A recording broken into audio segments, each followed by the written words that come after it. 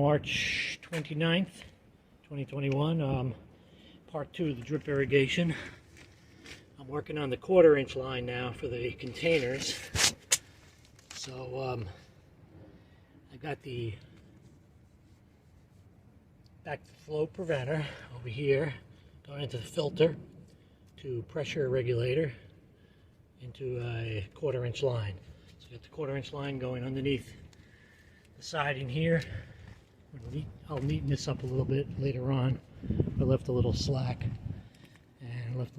here, so it's going underneath the walkway. It's coming out of the walkway, and I thought I had this extra 2-inch Schedule 40 pipe. So what I'm going to do is I'm going to dig a little trench, bury that under the ground, so I don't walk on the pipe. And then I'll bury that part under the ground.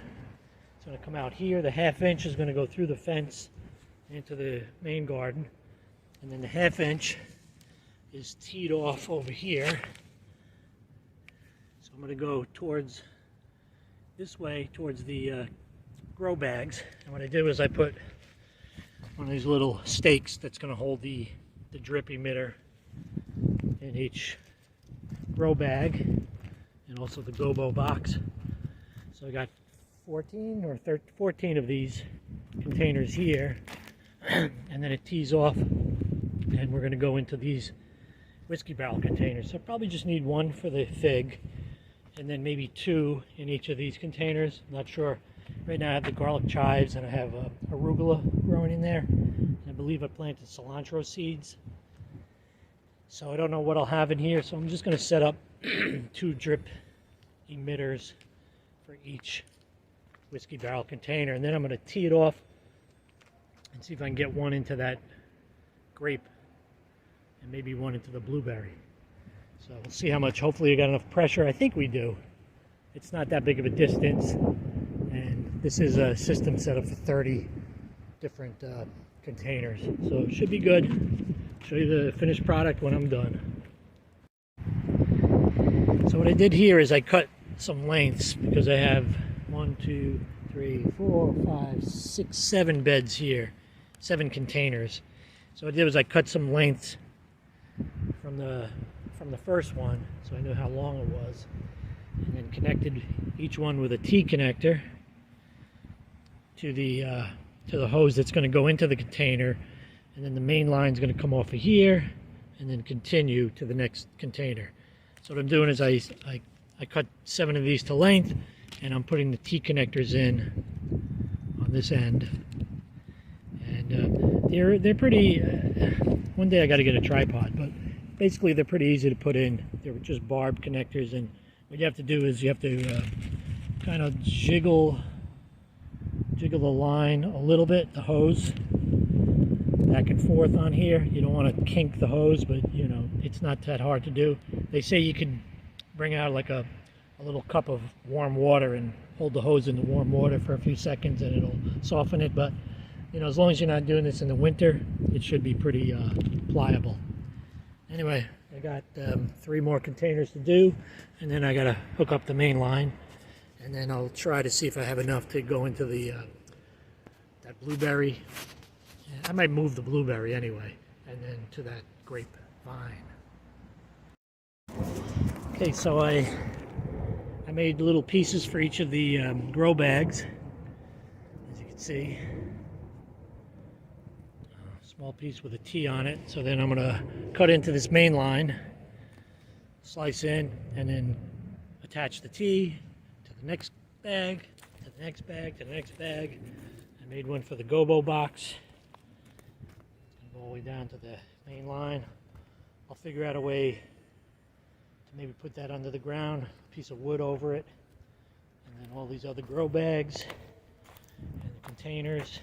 And as you can see, I completed this line here.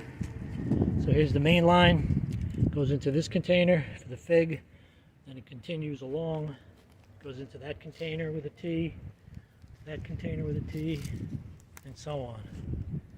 So I got them all going all the way over to the grapevine. So now I just have to cut in those grow bag lines, and then I'm going to test it out.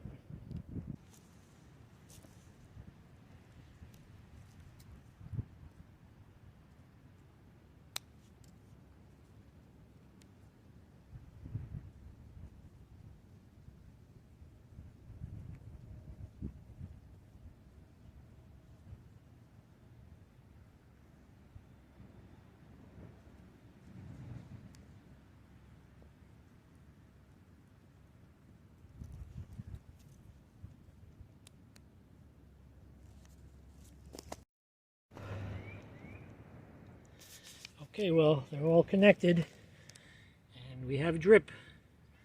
What I did at the beginning was I left the emitters off just to try to flush the line, but I noticed that it only watered like the first 3-4 container grow bags here, and about 5 of those containers.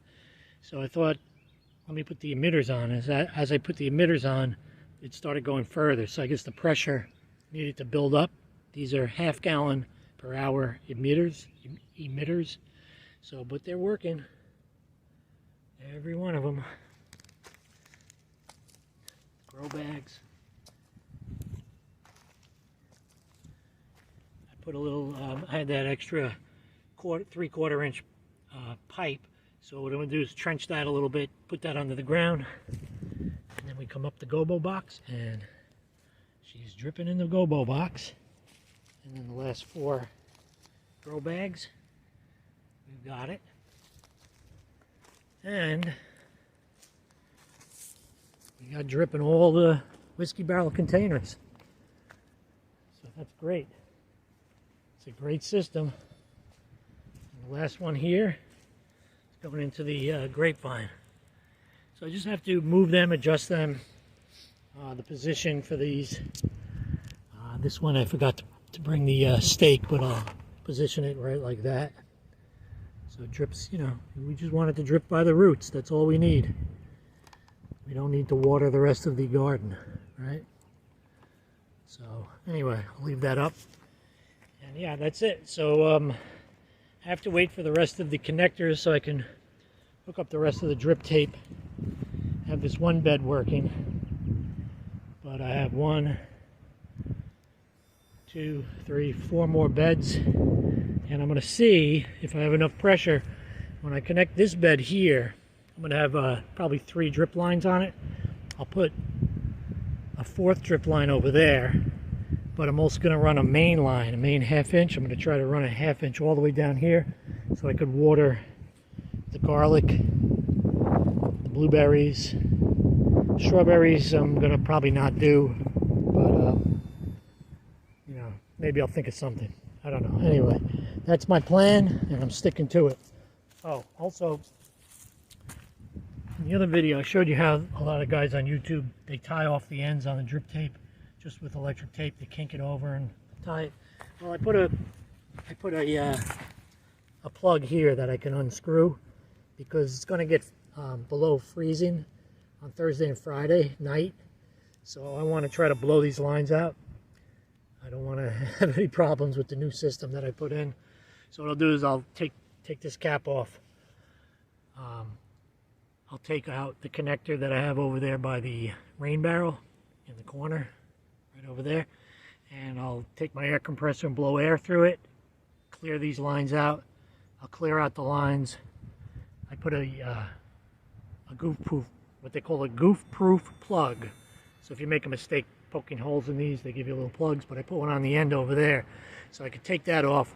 I'll blow out that 1/4 inch line also, so it doesn't freeze. And then hopefully after this last frost, we're back to springtime and summer. So that's what I'm doing today, and it was a success so far. I gotta do the rest of the drip tape, make more of these manifolds. Like I said, I have parts coming. I think they're coming on Wednesday. I've got, I think I ordered 20 tees, so for the beds here, just in case I need extra, and 60 more of those connectors. The green connectors that connect the 1/4 inch round tubing to the drip, the 5/8 inch drip tape. So this way I can connect, have a flow-through system on all the beds, and then I have some extra parts. It was cheaper to buy them by the bulk. So anyway, that's what I'm doing today. I'm going to try to trench this in the ground a little bit. Same over there, neaten it up, and that's it. Getting ready for planting. So have a great day, everybody. Drip irrigation is in.